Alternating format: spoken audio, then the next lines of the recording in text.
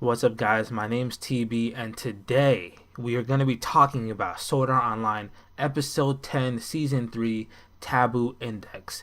And I know this is coming out on a Sunday instead of a Saturday. I'm late, but I had real adult things to do, alright? I always want to make sure I apologize that I don't get it out on a Sunday. On a Saturday, I get it out on a Sunday sometimes. The moment that I woke up on Saturday, though, people were blowing up on Twitter about this episode. And I have something really important to say about that, but that's going to be at the end of the video. So, special message at the end of the video. If you're interested in that, go to the end or watch the whole thing. I don't really care what you do. I'm just letting you know. Special message at the end. In the beginning of this episode, though, right off the bat, we have this message, like Goblin Slayer sort of vibes I'm getting. Like, this episode has adult themes and all this other type of stuff that, like, you really want to make sure that you're ready to see this. And let me tell you, you need to be ready to see this. Like, just for myself, I know I usually put a lot of pictures to help with the visual aspect of my reviews, but I don't have that many pictures this time because I don't want to spoil it for anyone who's going to see the episode for themselves. So in the beginning of this episode, Kirito is pretty worried about his pages, Tise and Ronnie, that belong to Yu-Gi-Oh and Kirito. So he goes looking for them, and it is raining heavily. Like, this is not a light rain. This is a freaking torrential downpour right now. He's gonna look for them because usually they show up right away once they're done with all their cleaning and the stuff that they gotta do since their pages. They have certain responsibilities that they need to get done. Kirito goes looking for them. Yu-Gi-Oh stays there because Kirito's like, maybe they're on their way here. They're just running a little bit late. If they happen to come here, at least you'll be here waiting for them. So Yu-Gi-Oh waits there. While he's waiting there, Frenica comes. The page that was getting abused, Ronnie and Tise's friend was getting abused by Humbert. She shows up to talk to whoever might be there. She finds Yu-Gi-Oh. She tells them, thank you, for standing up for me. But because you did that, Humbert ordered me to do something else. Obviously, a sexual favor, something that she shouldn't be doing because, like, it's sexual, assault. Don't do that. I shouldn't have to say that, but, like, don't do that. So she says that Tise and Ronnie went to go talk to them personally, but they haven't returned yet. We don't know how long they've been gone, but they haven't returned yet. So Yu-Gi-Oh, obviously being the man that he is, realizes that he needs to do something about it. He goes to visit them, right? He goes to visit them.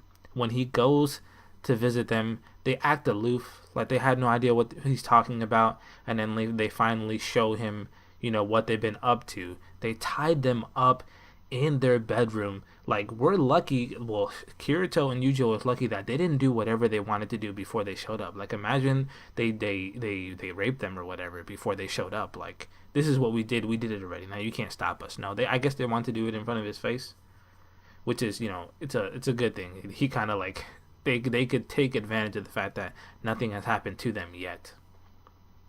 But this is the part where the pictures are going to be very scarce because I don't want to show everything that's happening here. Basically, Reyes goes on this whole entire rant to Yu-Gi-Oh about how technically everything that he's doing is perfectly fine and it doesn't violate the laws of the land or the taboo index, because what precedes all of that is their nobility.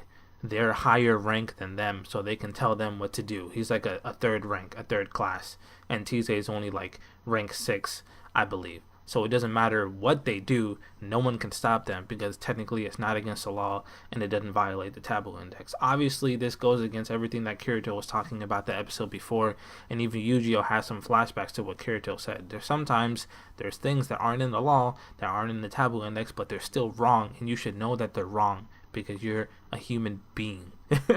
And technically he's right because they're all artificial floodlights, but the floodlights come from human beings that really did exist. So they should have some sort of humanity, but they don't.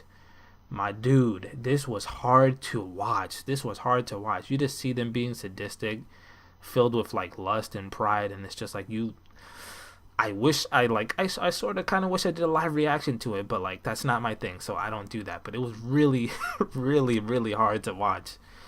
We see Yu-Gi-Oh struggle here, man. He's struggling to lift his sword out of its sheath because he wants to do something about it. You hear Ronnie, you hear Tise just like, senpai, help me, Yu-Gi-Oh. And it's just like he's trying, but he can't do it right away. You see him struggling with this, and then you see like his eyeball react just like it did when Alice was getting taken away from them back when they were kids. And he does it, but he loses his eye. His eye just pops right out of his head, blood coming all over the place. He goes to swing at Rios, right? Because he's the one who's abusing Tise. But he manages to miss him, or maybe he dodged. I don't know. He didn't miss him. He kind of just swung out, but he actually cut off Humbert's arm. It was an epic moment. It really was, but like it was kind of drowned out by everything else that happened in the episode, right? Like he cut off his arm, and he's like, "What the heck do I do? Use some sacred arts to heal me. I'm bleeding here. I'm losing life." And then Rios is like, "Don't worry about it. I got it." He picks up his sword off the wall, right? Just some random sword. Maybe it's his personal sword. It just seems like just some random sword. He just picks it up. And he's like, "Okay, you're a criminal now. You violated the taboo index now. So guess what I'm going to do? I'm going to kill you. I've never actually cut someone's head off with my sword before, but this is going to be the first time." And Yu-Gi-Oh still hasn't really, able to recover from the fact that he just violated the taboo index. It's freaking lost an eye, bleeding too. Like, what is he gonna do? He can't do anything in this situation. Kirito comes. This whole entire time I've been asking myself, where's Kirito? Where's Kirito? Where is Kirito? He gone to the training place to see if they were there. They weren't there. He must have come back and found Fernica, and Fernica told Kirito where Yu-Gi-Oh went. So he went there. He was able to stop Rios' attack, thankfully. Thankfully he was able to do that. When he does that, obviously Rios is like, I'm gonna challenge you now. I'm gonna make sure that I kill you too, because you are violating the taboo index by helping Yu-Gi-Oh out, who also violated the index. So they go to fight. They power up and whatever. Yu-Gi-Oh sword does that thing that it did when he was fighting the guy in the number one spot, the guy from the royal family who had the special High Norkian style. His sword grows again. So they clash, and it seems like I didn't really know who was gonna win, because like Rios had a power up where like all his negative energy and just like the douchebag that he is, I guess what makes him strong, the power of his imagination, was really strong. Like you can see his face. His face is ugly, bro. It's bad ugly. Like he really thinks he's about to win this fight. Nope. Kirito counters with his sword, slices off both his hands, not one but two, and he's like, "My blood, I'm bleeding, what am I gonna do? Oh my gosh." And then Kirito like, "Okay, let me do something to try to help this man." He takes some rope, he says, for him to tie up his own arms, as if he could do that. His arms are missing, dude. Both his hands are missing. How is he gonna tie himself up to stop the bleeding? How? I don't know, like maybe using his mouth or whatever. But here's an interesting part. He talks to Humbert saying, "You should help me by giving the rope that you tied around your arm to save my life." And Humbert's like, "I can't do that because that would be violating the taboo index." And then Rios goes into this weird state of mind where he's like, "I don't know what to do. Do I save myself by taking him to stop the bleeding, or do I violate the taboo index? I don't know which one to do." His mind can't make up which one he's supposed to do. Save his own life or violate the index. And then he's wigging out, man. He's going crazy, and apparently his flux light just like can't handle the stress, the pressure of making that choice. He's not like Yu-Gi-Oh. Yu-Gi-Oh made that same choice. Do I save Ronnie and Tise, or do I, by violating the taboo index, or do I do nothing? Obviously, he made his choice. He was able to do that. It came at a price, but he was able to do it. So he did that, and he died, man. He died. As soon as Rios dies, Humbert's like, "Bro, you're a murderer, you're a killer, I'm out of here." So they dip. And as soon as that happens, what I expected to happen, just like kind of when Alice violated the taboo index, Mr. Clean comes. We don't know his real name, but he's white and he's bald. He's Mr. Clean. He shows up. Kirito says to cover their ears so they don't hear what's going on. And he says, I made my report. I'm done. I'm out.